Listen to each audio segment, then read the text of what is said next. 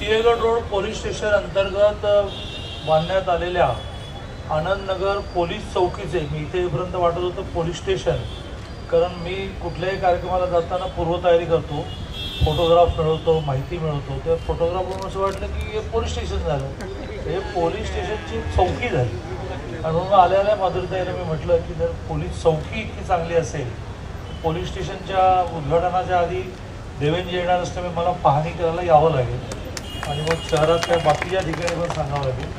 तर या पोलीस चौकीच्या उद्घाटनाच्या कार्यक्रमाला व्यासपीठावर ज्यांच्या प्रयत्नातून ही पोलीस चौकी झाली, पोलीस स्टेशन पण होणार आहे, अशा राज्याच्या त्यांनाही आठवत नाही, मलाही सांगता येत नाही, इतक्या खात्यांच्या राज्यमंत्री माधुरीताई मिसाळ, आता त्यांचे पाठ झाले असतील, माझ्याकडून नाही पाठ झाले, राज्यमंत्री माधुरीताई मिसाळ आपल्या शहराला माधुरीताईंनी स्तुती केली ती बरोबर आहे की कायदा सुव्यवस्थेच्या बाबतीमध्ये अतिशय कठोर धोरण स्वीकारताना संवेदनशीलता, स्वतःची सेन्सिटिव्हिटी स्वतःची मेंटेन करणारे असे पोलीस आयुक्त अमितेश कुमार, की त्यांना आपण एखादी गोष्ट सांगितली तर ते अतिशय शांतपणे त्या विषयाच्या दोन्ही बाजू मांडतात आणि म्हणतात की हे दोनों बाजू आहे, हम लोग मिलकर निर्णय करेंगे.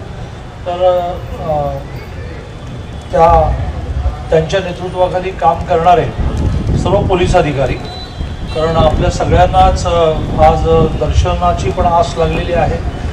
21,000 किलो खिचडी वाटप करायचं आहे, त्याच्यात दरवर्षी मी पण येत असतो, आजही मी वाटप करणार होतो. मी सर्वांची नावं न घेता सर्व पोलीस अधिकारी, भारतीय जनता पार्टीचे सगळे मागच्या महानगरपालिकेमध्ये होते असे सगळे नगरसेवक, नावं मी यासाठी घेत नाही तर एखादं नाव राहिलं तर त्यांना वाटेल की बहुतेक तिकीट मिळणार नाही आहे, तर असे ते दिवस एकादशीचं खराब राहायचं त्यांचं, त्याच्यामुळे मी कोणाचीच नाव घेत, सगळे नगरसेवक, पदाधिकारी बंधून वगैरे.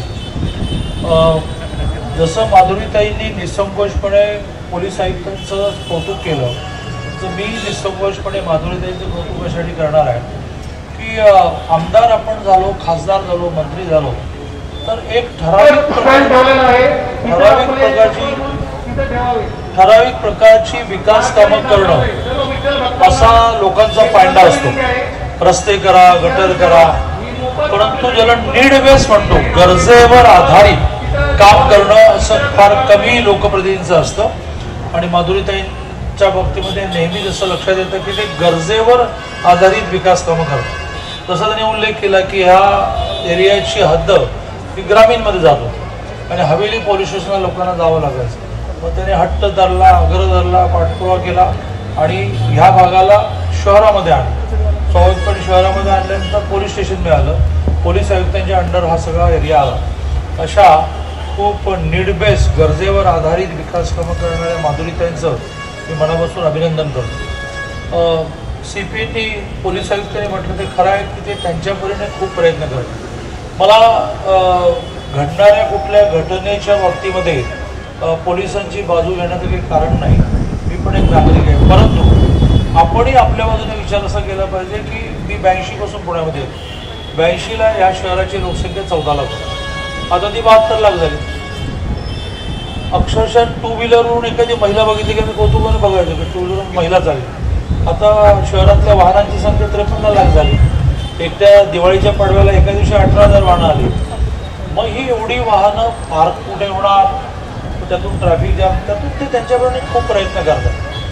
थोडी मॅनपॉवर कमी पडते आहे, मोठी भरती झाली, ती ट्रेनिंगला आहे, ती ट्रेनिंगवरून बाहेर पडली. मोठी 18-20 हजार फौज ही ट्रेनिंग घेते आहे की आपल्याला पुणे शहराला सुद्धा एक 800-900 नवीन फोर्स मिळेल, स्वाभाविकपणे आपल्याला माणसं जास्त मिळतील. आणि त्यामुळे जरी पोलिसांनी कायदा सुव्यवस्थेचं रक्षण केलं पाहिजे, त्यात त्यांना छूट म्हणतो तसं नाही, ऑप्शन नाही, तसं आपणही त्यांना सहकार्य करण्याची भूमिका ठेवली पाहिजे. तसं माधुरीताईंनी चौकी बांधली. चौकी बांधताना त्यांनी विचार काय केला की महिला पोलिसांना रेस्टरूम असावं. अरे हा विचार कोण करतात? माधुरीताईंनी काही वर्षांपूर्वी विचार केला की बंदोबस्तात 24 तास काय 36 तास चालते आपली मिरवणूक, त्या विचाराने घरी पण जायला मिळत नाही, जेवणाची व्यवस्था केली पाहिजे. आणि त्यामुळे एकमेकाच्या हातात हात धरूनच कायदा सुव्यवस्था पुढे जाते. हे तुमचं काम आहे, आम्ही कशी बघणार, कुठेही गाडी लावणार, आमच्या गाडीला हात लावायचं नाही, तिथे आमदार फोन करणार, नगरसेवक फोन करणार, हे माहिती आहे का माझ्या माणसाची गाडी उचलणार, तुझ्या माणसाची गाडी आडवी लावली कशाला, त्यामुळे हा एकतर्फी व्यवहार नाही आहे, दोघांनी मिळून एकमेकाशी सहकार्य करण्याचा विषय आहे. मी त्यांनाही शुभेच्छा देतो हे सगळं नीट करण्यामध्ये आणि अपेक्षाही व्यक्त करतो की वाढणाऱ्या लोकसंख्येला आता आपण कंट्रोल नाही करू शकतो. आपण विदिन इंडिया भारताच्या अंतर्गत काही शहरांना ह्या शहरामध्ये आता पॉप्युलेशन पुऱ्या आता नवीन लोकांनी यायचं नाही असं म्हणता येणार नाही. त्यामुळे लोकसंख्या वाढेल, आपल्याला त्याच्यावर नियंत्रण केलं पाहिजे. खूप खूप शुभेच्छा. 2 महिन्यांनी होणारा पोलीस स्टेशनचा कार्यक्रम आपण देवेंजींच्या उपस्थित करू, खूप मोठा करू. आत्ताच पोलीस आयुक्त म्हणाले की 6 नवीन पोलीस स्टेशन मिळाली आहेत, त्याची उद्घाटन पण राहिले आहे. असं देवेंजी साधारणतः एका दिवशी 8 कार्यक्रम 9 कार्यक्रमाच्या खाली घेत नाहीत. एका दिवशी ते रांगेने शहरामध्ये एक वातावरण क्रिएट करू की ठिकठिकाणी पोलीस यंत्रणा खूप सक्षमपणे उभी आहे. माधुरीताईंचं पुन्हा एकदा अभिनंदन. डिसेंबरमध्ये होणाऱ्या निवडणुकीसाठी इच्छुक सगळ्यांना शुभेच्छा.